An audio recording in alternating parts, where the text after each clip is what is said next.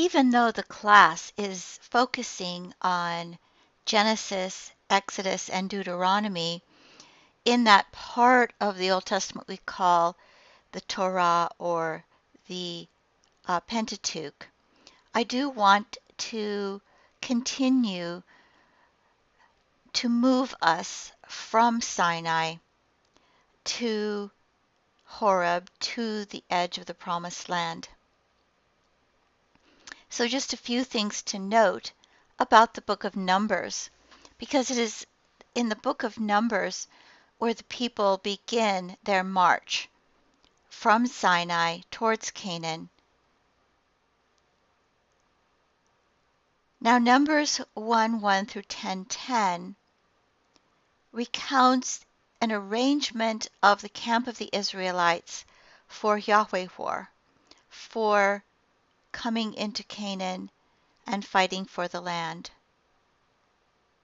It begins with a military census in chapter 1, and in chapter 2, it sets out the setup of the camp as a military camp, set up for a military campaign with a tabernacle in the middle, surrounded by Levites, who are then surrounded by the people, by their companies, by his own standard. In other words, arranged by tribe. Here is a depiction of the arrangement of the tribes. You have Judah, Issachar, and Zebulun to the east, Reuben, Simeon, and Gad to the south, Benjamin, Manasseh, and Ephraim to the west, Dan, Asher, and Naphtali to the north. In the center, there is a very small camp for Moses, Aaron, and Aaron's sons. To the section of the Levites called Kohath, one for Gershon and one for Merari, and then in the very middle is the tabernacle. I found this interesting diagram from the web, which shows the arrangement of the camp by tribe and who the mother was for each of these tribes. And notice, for example, that all of the tribes associated with Rachel are to the west, Ephraim and Manasseh being half tribes descended from Joseph, plus Benjamin, and that 3 of the tribes of Leah are toward the east, and then towards the north and south, they're divided between Leah, Zilpah, and Bilhah. So we can see that they're somewhat arranged by who the mother was. Levi was also one of Leah's sons, but that tribe is in the center.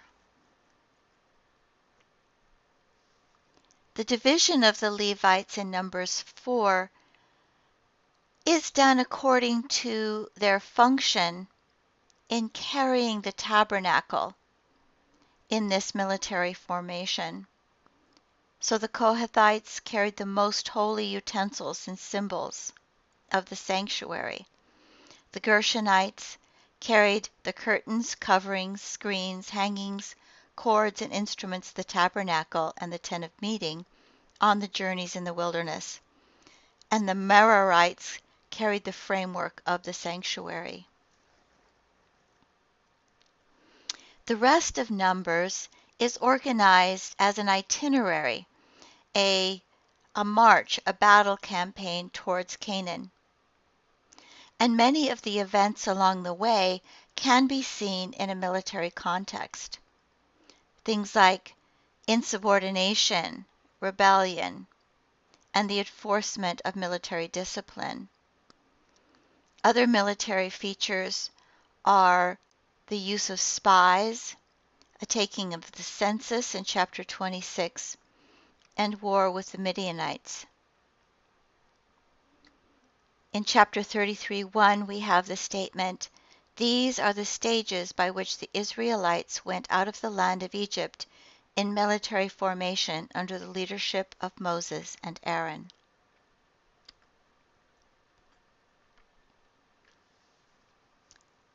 Rebellion and insubordination take place along the way.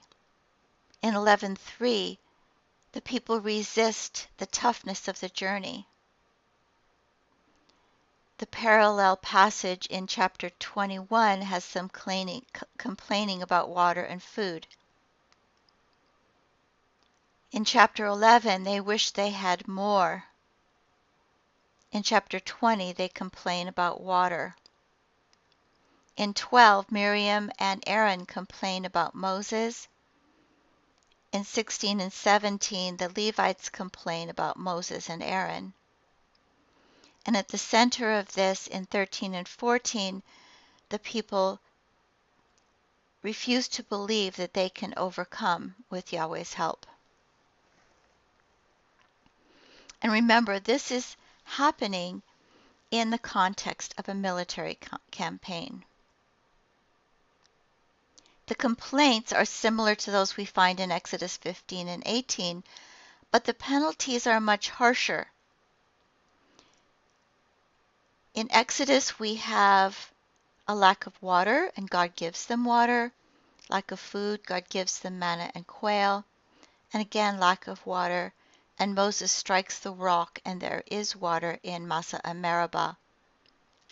In Numbers 11, there is a lack of meat, but at the complaints, God sends fire and plague.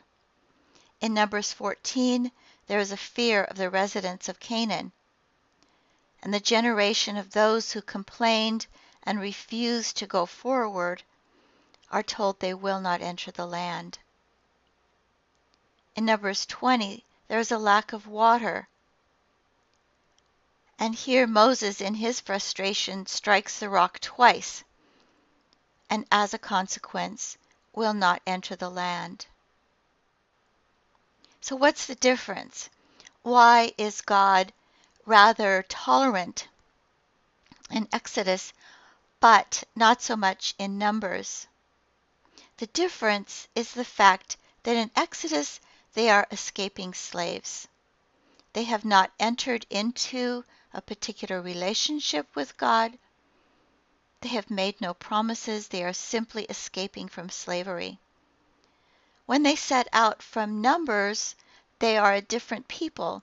They are now a covenant people, and they have pledged loyalty to Yahweh. And yet they continue to rebel and to complain. This rebellion and complaining then puts at risk their gaining of the land.